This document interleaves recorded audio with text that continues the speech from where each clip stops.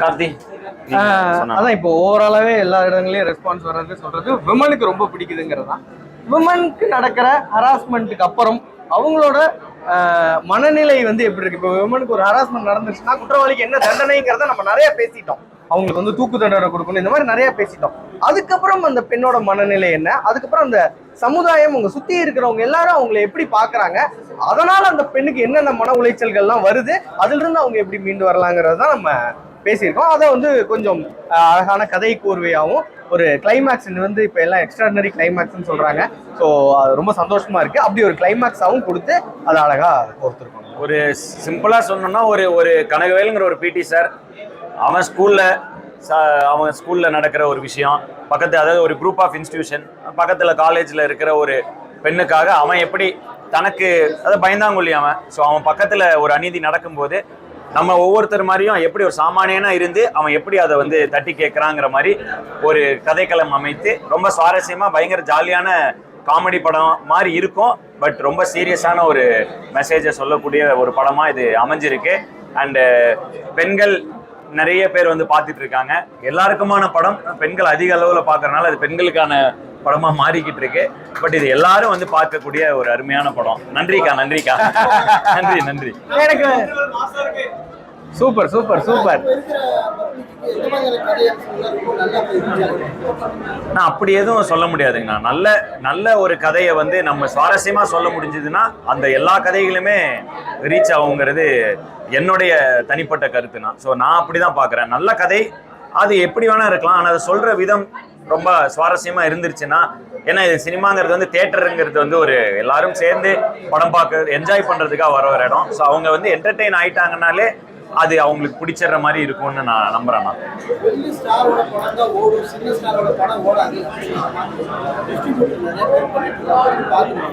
நான் சின்ன ஸ்டார் தான், இந்த படம் ரொம்ப நல்லா ஓடிக்கிட்டு இருக்கு. அதனால அது வந்து இப்போ பெரிய ஸ்டார் சின்ன ஸ்டார்லாம் இல்லைண்ணே, யார் நடிச்சாலும் நல்லா இருந்துச்சுன்னா படம் கண்டிப்பா ஓடும். மக்கள் வந்து கொஞ்சம் நல்லா பிரிச்சு பார்க்க ஆரம்பிச்சிட்டாங்கன்னு நினைக்கிறேன். ஏன்னா கதை நல்லா இருந்தா, டாக்ஸ் நல்லா இருந்தா, எதை பத்தியும் யோசிக்காம ஃபேமிலியா தியேட்டருக்குள்ள வர்றாங்க. ஸோ அந்த வகையில கதையை பொறுத்தும் மக்கள் உள்ள வர்றாங்கிறது சந்தோஷமான விஷயம். உதாரணத்துக்கு வந்து லாஸ்ட் இயர் பாத்தீங்கன்னா 2023 சக்சஸ் ஆன எல்லா படமுமே சின்ன படம் தான். குட் நைட், டாடா, அயோத்தி, போர் தொழில் எல்லாமே சின்ன படம் தான். சித்தா எல்லாமே. ஸோ சின்ன படங்கள் மக்கள் பார்த்துட்டு தான் இருக்காங்க. மக்கள் வந்து சின்ன படம் பெரிய படம் பாக்குறது இல்ல, நல்ல படம் தான் பாக்குறாங்க. பிடிச்ச படம் அவ்வளவுதான், ரசிக்கிற படம் தான் எல்லா படமும் பாக்குறாங்க. ப்ராப்ளம் சொல்ல முடியாது. ஓடிடி ஒரு பெரிய ரீச்சை தருது. நான் படம் தியேட்டர்கள்ல வந்து ஓடி முடித்த பிறகும் மக்கள் வந்து ஒருவேளை அந்த படத்தை மிஸ் பண்ணிட்டா அதை பார்க்கறதுக்கான வாய்ப்பு ஓடிடி கொடுக்குது. அதே சமயத்தில் ஓடிடியில பார்த்துக்கலாங்கிற மனநிலை கொஞ்சம் இருக்கிறதுனால தியேட்டருக்கு வர ஒரு மனப்பான்மையும் கொஞ்சம் குறையுது. அது வந்து குட் ஆர் பேட இப்போ நம்ம இந்த இந்த நேரத்தில் நம்ம அதை சொல்லிட முடியாது. இன்னும் சில ஆண்டுகள் போக போக இது என்ன ஆகுங்கிறத நம்ம டிட்டர்மைன் பண்ணலாம்.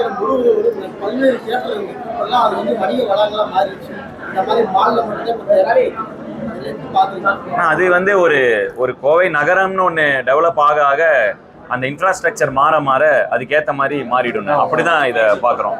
அழறாங்க அவங்க. என்னம்மா படம் பார்த்துட்டீங்களா? பிடிச்சதா உங்களுக்கு?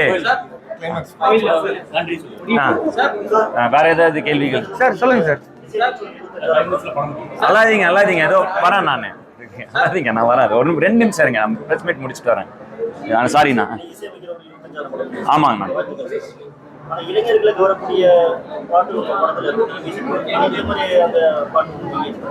இந்த படம் வந்து இது ஒரு குடும்ப விஷயங்கள் சூழலை வச்சு சொல்ற படங்கிறனால அதுக்கு என்ன இசை தேவையோ அந்த இசை இருக்கும். பட் இசை பெரிய வரவேற்பு பெற்றுட்டு இருக்கு. ஸோ எனக்கு தெரிஞ்சது போன ஒவ்வொரு படத்துக்கு ஏற்ற மாதிரி நம்ம இசையமைக்கிறது தான். அப்படிதான் கிளைமேக்ஸ்ல ஒரு பாட்டு தான் வருது, அந்த பாட்டுக்கு தான் ஃபுல் கிளாப்ஸ். அதை நம்ம முன்னாடி ரிலீஸ் பண்ணல, இதுக்கப்புறம் தான் ரிலீஸே பண்ண போறோம். ஸோ அந்த கிளைமேக்ஸ் சாங்க்கு பயங்கரமான ரெஸ்பான்ஸ் இருக்கு. ஸோ சாங்கா அந்த இடத்துல ஒரு பெரிய சக்சஸ் ஆனதுனால பாட்டு போடுறது தான் கரெக்ட்னு நான் நினைக்கிறேன். புரியலங்க. அது மாதிரி கொண்டு போயிட்டு அது மாதிரி இருக்கும்ண்ணே.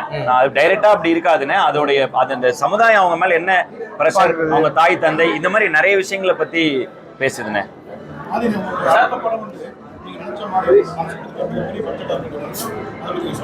நான் அடுத்த படம் வந்து ஆமாண்ணே, நான் இது வரைக்கும் நடிச்சதுல பெரிய படமா அது இருக்குண்ணே.